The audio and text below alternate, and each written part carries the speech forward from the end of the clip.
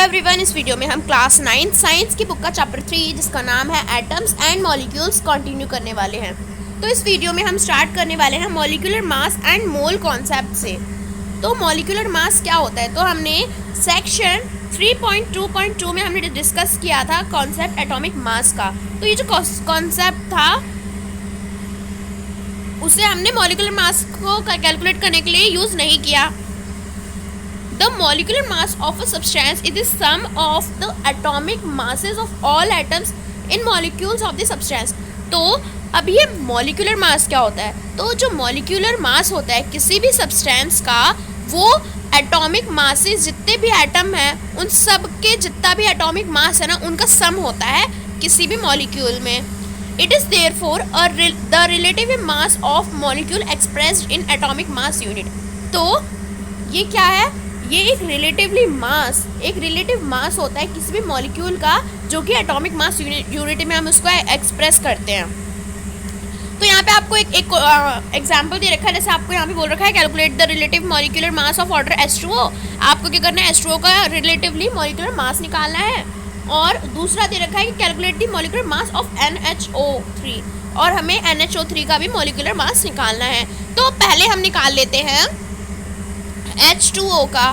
तो atomic mass of hydrogen का atomic mass होता है 1 और ऑक्सीजन का होता है 16, है ना। तो जो मॉलिक्यूलर मास होगा वाटर का, उसमें 2 हाइड्रोजन के एटम होंगे और एक ऑक्सीजन का एटम होगा। तो हम यहाँ पे पहले लिखेंगे 2, जिसका मतलब है 2 एटम है यहाँ पे हाइड्रोजन के। तो हम यहाँ पे हाइड्रोजन की एटॉमिक मास होता है 1, और हमने कितने एटम लिया हाइड्रोजन के 2, ठीक है। प्लस एक हमने एटम लिया है ऑक्सीजन का, और उसकी एटॉमिक मास होता है 16। मल्टीप्लाई कर देंगे तो 2 1 2 हो जाएगा, 16 1 16 हो जाएगा, 16 2 2 1 2 हो जाएगा, और 16 तो 16 और 2 होता है 18। तो हमारा 18 यूनिट आ गया आंसर। उसके बाद हम NHO3 का निकालेंगे। तो यहाँ पे जो एटॉमिक मास होता है हाइड्रोजन का, ठीक है, हम हाइड्रोजन के एटॉमिक मास को N मतलब नाइट्रोजन के और ऑक्सीजन के एटॉमिक मास से मल्टीप्लाई करेंगे। तो पहले हम कर लेते हैं हाइड्रोजन। तो हाइड्रोजन का यहाँ पे सिर्फ एक एटम है, ठीक है। तो और इसका एटॉमिक मास यूनिट क्या होती है, वो होती है 1, ठीक है। उसके बाद नाइट्रोजन के एटॉमिक मास होता है 14, और ऑक्सीजन का एटॉमिक मास होता है 16, और यहाँ पे 3 एटम है ऑक्सीजन के। तो हम इसको 16 को 3 से मल्टीप्लाई करेंगे, है ना। तो हमारा आंसर आ जाएगा 48, है ना। अब हम 40 + 1 15 हो जाएगा, और 15 + 48 हो जाएगा आपका 63। इसी तरह से अब हम फॉर्मूला यूनिट मास निकालते हैं। तो जो फॉर्मूला यूनिट मास होता है किसी भी सब्सटेंस का, वो सम होता है एटॉमिक मासेस का। सारे एटम्स के एटॉमिक मासेस का ये सम होता है जो कि कंपाउंड में होते हैं। Formula unit is calculate in the same manner as we calculate molecular mass. और हम फॉर्मूला यूनिट को भी इसी तरह से कैलकुलेट करते हैं जिस तरह से हम मॉलिक्यूलर मास को कैलकुलेट करते हैं। सिर्फ एक डिफरेंस है, वो क्या है कि जो हम वर्ड है ना फॉर्मूला यूनिट, वो हम उन सब्सटेंस के लिए यूज़ करे जाते हैं जो कि कॉन्स्टिट्यूएंट पार्टिकल्स होते हैं और वो आयंस होते हैं। जैसे जो सोडियम क्लोराइड है ना, हमने जैसे ऊपर डिस्कस किया, तो उसके पास फॉर्मूला यूनिट होगी NaCl।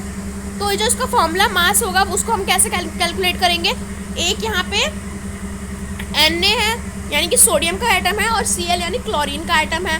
तो एक को हम मल्टीप्लाई करेंगे सोडियम के एटॉमिक मास से, उसके बाद हम +1 करके, क्लोरीन का एटॉमिक मास होता है 35.5, उससे हम मल्टीप्लाई कर देंगे, और 23 1 23 हो जाएगा, और इसका भी 35.5 होगा। जब हम इन दोनों को मल्टीप्लाई करेंगे, प्लस करेंगे, तो हमारा आंसर 58.5 यूनिट आ जाएगा।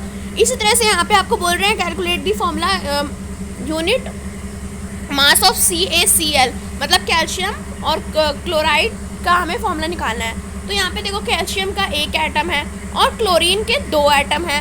तो हम क्या करेंगे,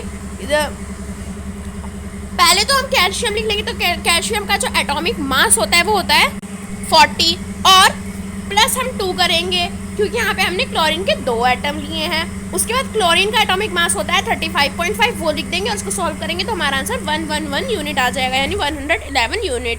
उसी तरह से आपको यहाँ पे दे रखा है मोल कॉन्सेप्ट। अब ये मोल कॉन्सेप्ट क्या होता है, तो हमें एक एग्जांपल लेना है। जैसे एक रिएक्शन होगी, जैसे हाइड्रोजन ऑक्सीजन की रिएक्शन हो गई वाटर बनाने के लिए, तो इसमें हम क्या करेंगे, 2 हाइड्रोजन के एटम ले लेंगे और ऑक्सीजन का भी 2 लेंगे, है ना, बैलेंस होनी चाहिए वो। तो हम इसको बैलेंस करेंगे तो हमारा आंसर 2H2O आ जाएगा। तो जो ऊपर की रिएक्शन है, ये जो रिएक्शन है वो ये बताती है कि जब 2 मॉलिक्यूल्स हाइड्रोजन के कंबाइन होंगे एक मॉलिक्यूल ऑक्सीजन के साथ, तभी वो वाटर का मॉलिक्यूल कर पाएंगे। ठीक है, जब हाइड्रोजन के 2 मॉलिक्यूल एक एटम जो ऑक्सीजन का होगा उसके साथ मिलेंगे तब वो एक पानी का कंपाउंड बना पाएंगे। यानी कि अगर 4 यूनिट ऑफ हाइड्रोजन मॉलिक्यूल हम 32 यूनिट ऑफ ऑक्सीजन के साथ मिलाएंगे तो हमारे पास 36 यूनिट वाटर मॉलिक्यूल आएगा। तो इससे हमें ये पता चल जाता है कि ये जो ऊपर वाली इक्वेशन है ये हमें बताती है कि जो क्वांटिटी होती है किसी भी सब्सटेंस की, वो हम उसके मास या फिर जो नंबर है मॉलिक्यूल का उससे हम कैरेक्टराइज कर सकते हैं। लेकिन एक केमिकल रिएक्शन इक्वेशन ये इंडिकेट करती है डायरेक्टली कि जो नंबर होते हैं ना एटम्स के और मॉलिक्यूल्स के, वो इस रिएक्शन में पार्ट लेते हैं।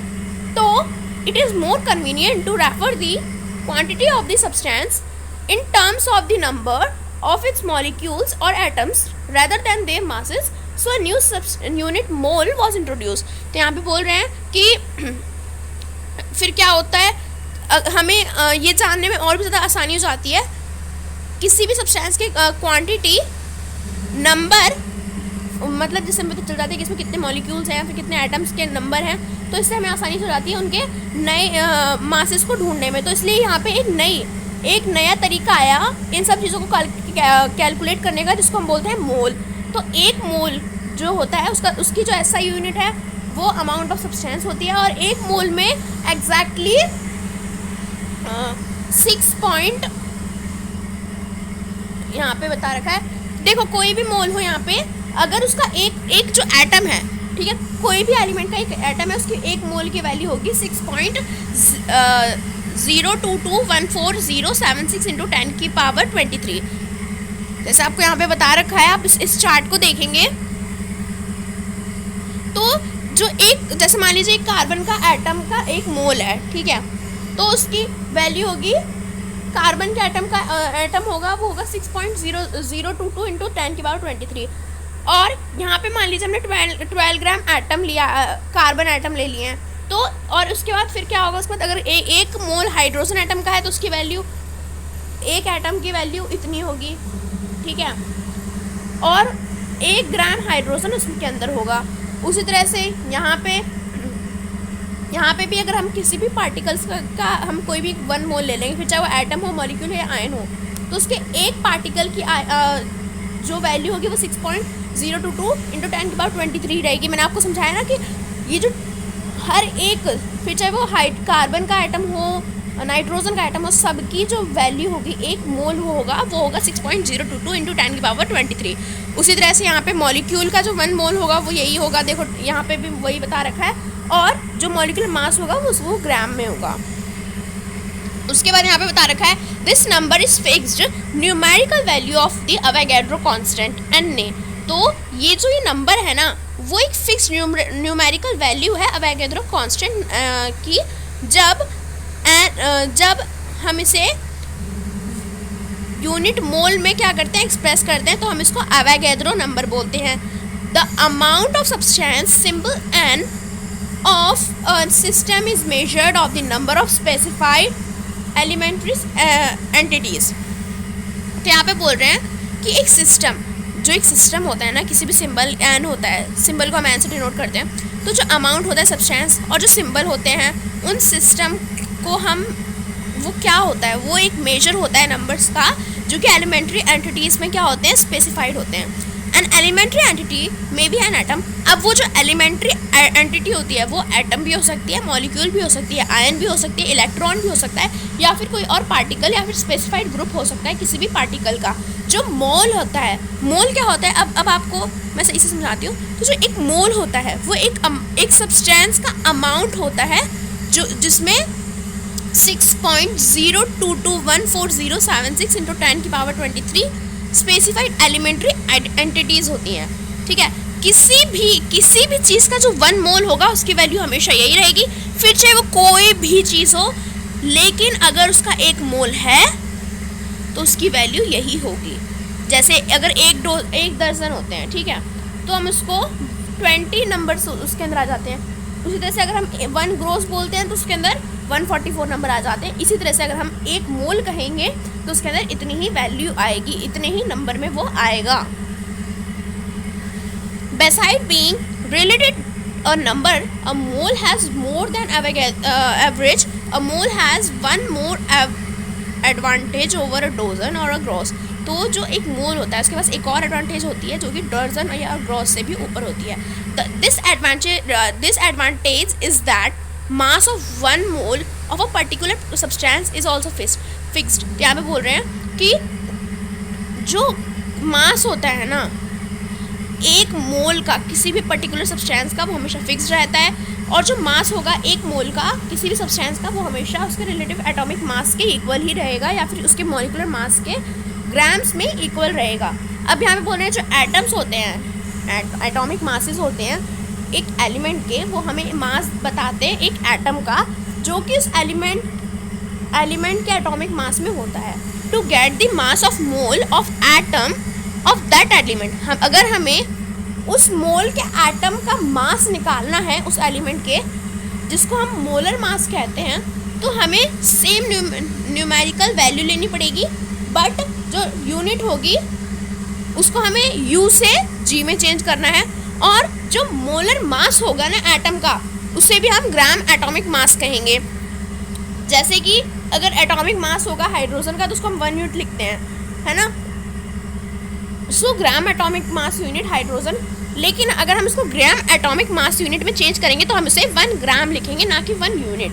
1 unit of hydrogen has only 1 atom of hydrogen. एक यूनिट जो होती है ना हाइड्रोजन की, उसमें सिर्फ एक ही एटम होता है हाइड्रोजन का, बट 1 ग्राम जो हाइड्रोजन होती है ना उसमें 1 मोल एटम होते हैं, जिनको हम 6.022 इंटू 10 की पावर 23 एटम्स ऑफ हाइड्रोजन हम कह सकते हैं। इसी तरह से जो 16 यूनिट ऑक्सीजन है उसमें सिर्फ एक ही एटम होगा ऑक्सीजन का, बट 16 ग्राम ऑक्सीजन में 1 मोल होगा, जिसकी वैल्यू होगी हमेशा 6.022 इंटू 10 की पावर 23 एटम्स ऑफ ऑक्सीजन। इसे to find the gram molecular mass और molar mass of a molecule. अब अगर हमें क्या करना है, ग्राम मॉलिक्यूलर मास या फिर जो मोलर मास निकालना है किसी भी मॉलिक्यूल का, तो हमें जो न्यूमेरिकल वैल्यू होगी उसे हम मॉलिक्यूलर मास के सेम में रखेंगे, but simply change unit as above from u to g. लेकिन हम जो उसकी यूनिट होगी ना, यू से हम उसको जी ग्राम में चेंज कर देंगे, मतलब यूनिट से हम उसको ग्राम में चेंज करेंगे। जहाँ पे यूनिट लिखा होगा हम उसको ग्राम लिखेंगे। For molecular mass of water, अब मान लीजिए जो वाटर है उसका मॉलिक्यूलर मास निकालना है H2O, तो वो हमेशा 18 यूनिट रहता है ना। From here we understand that 18 unit water has only 1 molecule of water. अब हम इस 18 यूनिट से हम ये समझ सकते हैं कि ये जो ये 18 यूनिट है ना वाटर की, उसके बाद सिर्फ एक ही मॉलिक्यूल होगा वाटर का। लेकिन अगर हम यहाँ पे 18 ग्राम लिखेंगे ना वाटर, तो उसके पास 1 मोल होगा, ठीक है, मॉलिक्यूल नहीं होगा, 1 मोल मॉलिक्यूल होगा वाटर का, ठीक है। वहाँ पे पहले सिर्फ 1 मॉलिक्यूल था, लेकिन यहाँ पे अब 1 मोल मॉलिक्यूल हो जाएगा, जिसकी वैल्यू हमेशा 6.022 इंटू 10 की पावर 23 मॉलिक्यूल ऑफ वाटर ही रहेगी। Consist need the number of atoms and molecules while carrying out reaction. अब मान लीजिए जो केमिस्ट हैं, है ना, उनको नंबर चाहिए होता है एटम के और उनके मॉलिक्यूल्स के, जब वो किसी भी रिएक्शन करते हैं। और इस चीज़ के लिए वो क्या करते हैं, वो जो मास होता है ना ग्राम को, उसको वो लोग नंबर में रिलेट करते हैं, और इसे वो लोग इस तरह से करते हैं कि जो अगर 1 मोल होगा उसकी वैल्यू हमेशा इतनी ही रहेगी, और हम इसको रिलेटिव मास इन ग्राम में चेंज कर देते हैं। जिससे कि हम ये समझ सकते हैं कि जो एक मोल है वो एक केमिस्ट की काउंटिंग यूनिट है। जो ये वर्ड है मोल, वो 1896 में वाइलहैम ओस्टवाल्ड ने डिस्कवर किया था, लैटिन वर्ड से, जिसका मतलब होता है मोल, जिसका मतलब होता है हिप या फिर pile. A substance may be considered as a heap of atom और मॉलिक्यूल। हम उस सब्सटेंस को, उस जो सब्सटेंस होगा ना एटम का या फिर मॉलिक्यूल का, उसको हम उसकी हैप के तौर पे हम उसको मान सकते हैं। The unit mole was accepted in 1967, और इसे एक्सेप्ट कब किया गया? 1967 में, और उसको हमें सिंपल वे में हम प्रोवाइड किया एक लार्ज नंबर में। The massive heap of atom and molecules in a sample, उन्होंने एक सैम्पल में मैसिव हैप जो था एटम का और मॉलिक्यूल का वो उन्होंने दिया था। अब यहाँ पे आपको एग्जाम्पल फिर से दे रखा है, जैसे आप अभी आप नहीं समझेंगे ना, कोई बात नहीं, बट आप इसमें अभी समझ जाएंगे। जैसे मान लीजिए 30, calculate the number of moles for the following. अब हमें इनके मोल्स को के नंबर को कैलकुलेट करना है। तो यहाँ पे बोल रखा है 52 ग्राम ऑफ हीलियम, तो हमें यहाँ पे मोल निकालना है मास से। तो देखो पहले हम क्या करेंगे, नंबर ऑफ मोल्स को हम बोलते हैं n, गिवन मास को हम बोलते हैं m, मोलर मास को हम कहते हैं कैपिटल M, और गिवन नंबर ऑफ पार्टिकल्स को हम बोलते हैं कैपिटल N, और एवोगैड्रो नंबर ऑफ पार्टिकल को बोलते हैं हम Na। ठीक है, अब हम देखते हैं atomic mass of He। Helium का एटॉमिक मास होता है 4 यूनिट, जिसे हम मोलर मास में अगर चेंज करेंगे तो हमें 4 ग्राम लिखना पड़ेगा। इससे जो नंबर होगा ना मोल्स का, उसका फॉर्मूला होता है गिवन मास अपॉन में मोलर मास।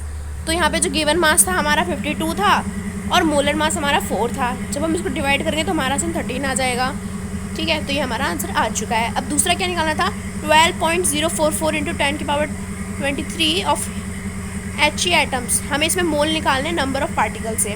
तो हम जानते हैं कि एक मोल में कितने की क्या वैल्यू होती है, वो होती है 6.022 इंटू 10⁻23।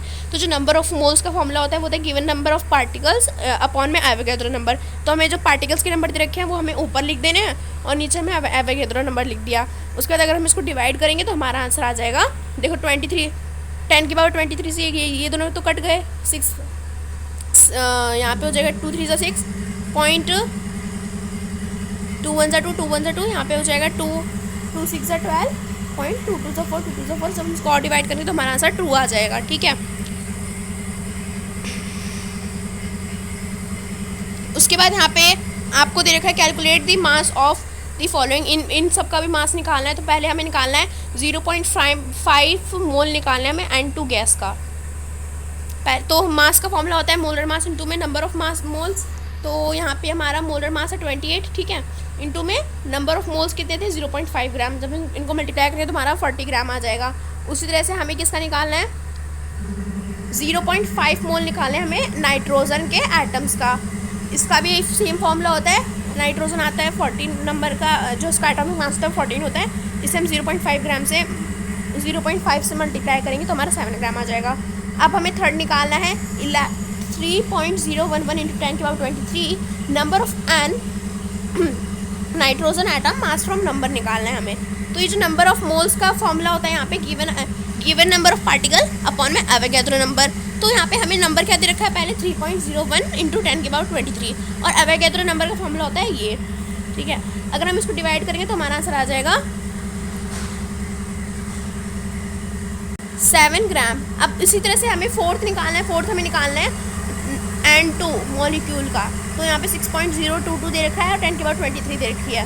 तो यहाँ पे जो हमारा N नाइट्रोजन है कैसे निकलेगा, हमें उसको given number of particles upon में एवोगैड्रो नंबर से सेम करना है। हमें नंबर क्या दे रखे हैं, ऊपर वाला है, और नीचे हमें एवोगैड्रो नंबर देना है। इसको अगर हम काटेंगे तो हमारे यहाँ पे 28 ग्राम आ जाएगा।